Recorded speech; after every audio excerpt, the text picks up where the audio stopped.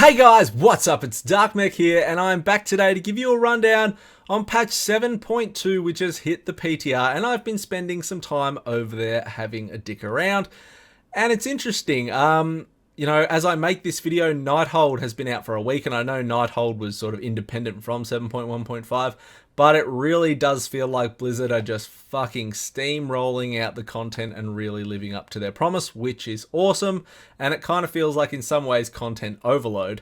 7.2 going straight up on the PTR now, I was really surprised. So what is coming in patch 7.2? Well, the answer is a fuckload. So I'm going to try and run through it. Hopefully they don't all blend into one. I will try and keep this as sectional as I kind of can. So to start off, guys, we're going to talk about Legion invasions are coming back. So resuming once again, the Legion is invading, and we're on the Broken Isles now. So all across the Broken Isle zones, Legion invasions are going to start popping up. When the Legion invasion pops up, it will replace all the emissary world quests in that zone as Legion ones. Now there's two kind of Legion quests. One is that you can go and clear the Legion invasion, which is the 0 to 100%. The other is that you can go and kill named mobs, which are basically like the Warden quests that we have now. These will actually drop 855 plus epic items. They've got a new Legion transmog that goes to them. I don't know if the Legion invasion quests are broken at the moment. It's obviously PTR at the moment, but the mobs for the clear the Legion invasion ones are really spawning really fucking slowly. The first time I did it, I thought maybe it was because I was by myself in that zone. The mobs were taking a long time to spawn. The second time I went over there and did that, there was quite a few players around, and we were all standing around for a long time waiting for Legion mobs to spawn to clear out the zone. Now, whether or not they'll up that, or if they did, it'd be too quick to complete the world quest, and that's what they don't want that. I don't honestly know at the moment, but it is cool to see the Legion invasions coming back, especially as we start to make the strive towards the Broken Shore, as we start to take the fight to the Tomb of Sargeras, or the Tomb of Sargeras, lol. So that is going to be cool to see that ramp up. Aside from that, another new thing that people are really excited to see is the Pet Battle Dungeon. Now, I am not really into pet battles. I don't mind them, and I love Pokemon, and I wanted to be the very best when I was watching it as well. But for me, pet battles, I just didn't really translate into them. I never wake up with morning wood and run to the PC to do pet battles. If this is your thing, however, you are going to love them, because I certainly did enjoy it. And it is cool. So basically, when you've got a level 25 pet, you're able to queue up from the pet store in Dalaran. Oh, you'll actually, sorry, not queue up. You get a quest. This one took me to the Wailing Caverns, where I had to queue up there once I completed the quest to go into the Wailing Caverns and go through a pet dungeon scenario. So there's 5 stages to it. The first part, you had to defeat 3 pets. Then you fight an epic one. You fight another 3. You fight an epic one. Then you fought 2 oozes, and then you fight the last one in the pet battle dungeon. Now, I really wasn't prepared, and I know nothing about pet battles. I only took 3 pets across with me, and I really struggled. And I didn't have a lot of time. If you know what you're doing and you take the right pets over, you'll probably be able to get through these very quickly.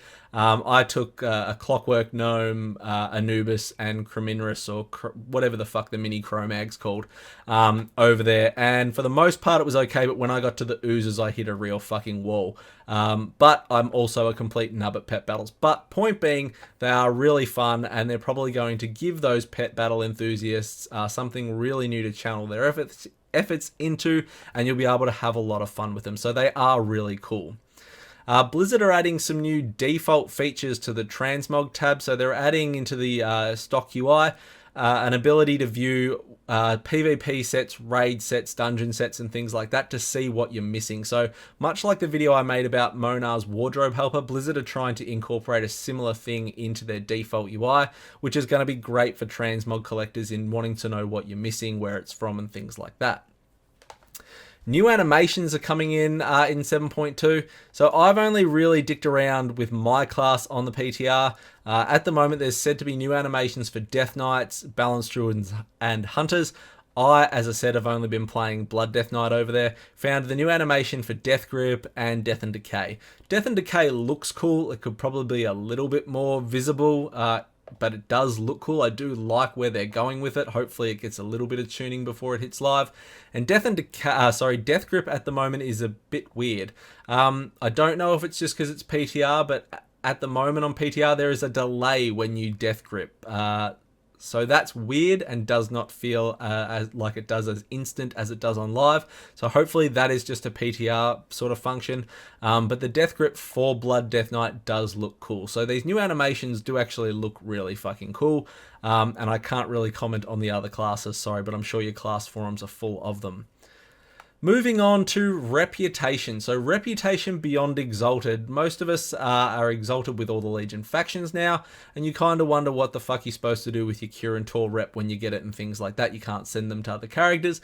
They're just a waste. So Blizzard have put in now Reputation beyond Exalted. Now, I went and did an emissary quest, and I didn't really have to, as it is pretty self-explanatory when you have a look. I just wanted to make sure that was the case. So when you are Exalted and you get a quest for any of the emissary factions, you'll go and you'll complete that. When you go and hand it in, what will happen is you will have another rep bar next to your Exalted one, and you will start to build that up towards, I think the number was 20,000, but it'll be on the screen. Once you max that rep bar out, you will get a bonus emissary cache from that faction.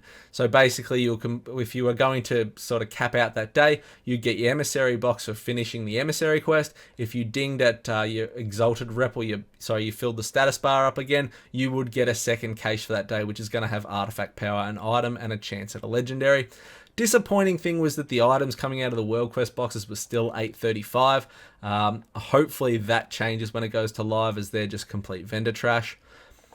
Moving on from that, tab targeting, guys. For those of you who use tab targeting, Blizzard have fixed that. You are no longer able to tab target mobs that are outside combat or that your camera cannot see. So if you use tab targeting in combat, you won't have any more whoopsie pulls. So that is fantastic. Order halls. Now, I haven't been to check this out yet. When I put the video up, there will be footage of this in the background. However, I will not be able to activate the tiers, as I do not have the order resources for it.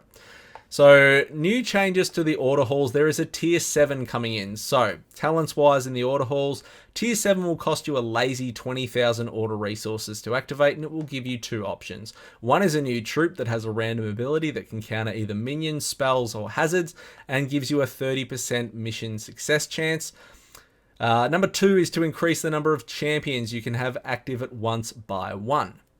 Tier 8, the next one, will smack you in the dick for a whopping 30,000 order resources to activate, and will give you the ability for all new relics to be able to grant a rank increase to a second artifact trait.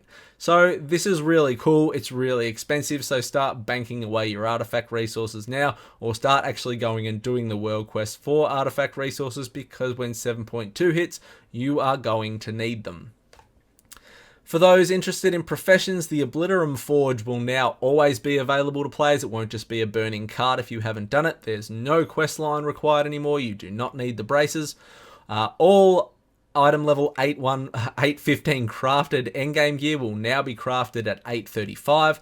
All existing item levels from 815 to 830 will retain their existing item level if you've already got them, but the first application of Obliterum will bring them up to 840. The Obliterum cap has been raised to item level 875 now, and world quests that are related to professions will now actually start giving you a skill point for your associated profession. For those interested in Archaeology, you can now get artifact power from Archaeology, so this is great. New elite dig sites have also been uncovered over the Broken Isles, and all enemies summoned by Archaeology can now actually be killed by nearby players as well, so that is an awesome change. Blizzard have finally put an open all button on the mailbox. So I use TSM mailbox, so I've never had to worry about this, but I always wondered why the fuck this wasn't in game. They have now added an open all function, open all button, to the mailbox. So this is absolutely awesome. Spellbook changes. Spells that haven't been moved to your action bar will be highlighted in your spellbook. Mousing over a highlighted spell in the action bar, I can speak. Mousing over a spell will also highlight it on your action bar so you can find out where you've put it. Pet spells can also now be dragged to the player action bars, which is a great change as well, and about time. So that's it for some kind of small changes. One of the huge, not that they're small, there's some big changes there. I don't know why I said that. A really big change though, 7.2 is going to bring about the dungeon reset. So, dungeon enemies for damage, health, everything from heroic to mythic are all being bumped up. The item level of gear is also being increased as well. So if you are chasing the Hero of the Legion dungeon achievement, my suggestion is to get it done before 7.2. Now don't get me wrong, we'll still be so overgeared that these probably won't be a huge challenge, but they won't be as easy as they are now.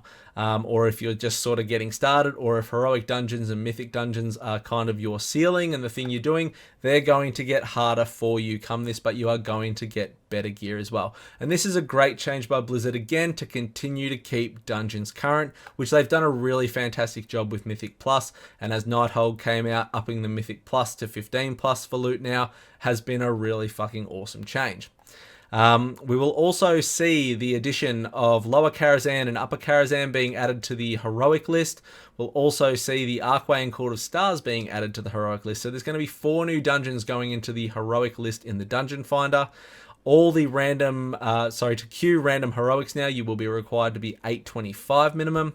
And we'll also have a new dungeon coming in the Cathedral of Night, which I possibly found the entrance to, but I couldn't get into it. A change to some of the set tokens for Transmogwise, Serpent Shrine, and Siege of Orgrimmar have now had their tokens updated to be able to right-click on them to receive your loot rather than having to go into a tier vendor. So that's a cool little change as well. World quest-wise, guys, have now been scaled up to 860 from 845. When I was doing the Legion ones, they were 855 plus, so I don't know if that is correct or if that was just what I was seeing for the day, but what I've read over patch notes is 860 item level for World quest increases, which again, it is certainly better than 845. It's still probably not enough, but it's still better. And lastly, the last thing I want to talk about, and I'm really interested in your opinion, is the new dungeon sets and raid sets. So tier 20. For me personally, I think tier 20 for a Death Knight is fucking ugly. I think it looks like absolute shit. I think design-wise for belt, boots, and hands, they look okay, but the shoulders and the helmet look like utter fucking garbage. I was really, really crushed when I saw that. Absolutely fucking gutted.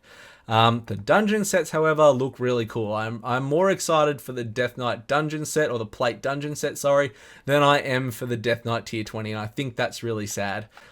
Interested to hear what you think of your class, though. I know a lot of the warriors are happy. I don't mind the reuse of Onslaught. I've got no issues with that. I still don't think it looks that great, though. I still think Blizzard really needed to put a little bit more effort into this, but again, that's just my opinion and I may just be a special snowflake. So very interested to hear what you guys think of the new dungeon sets and the new tier 20. There will of course be the links in the description to go and have a look if you have not seen them. So that is it, guys. That's my 7.2 wrap up as such for now. If you have any questions at all, please do hit me up. Otherwise, like, comment, subscribe. Thank you very much for checking out the video, and I'll see you all next time. See you guys.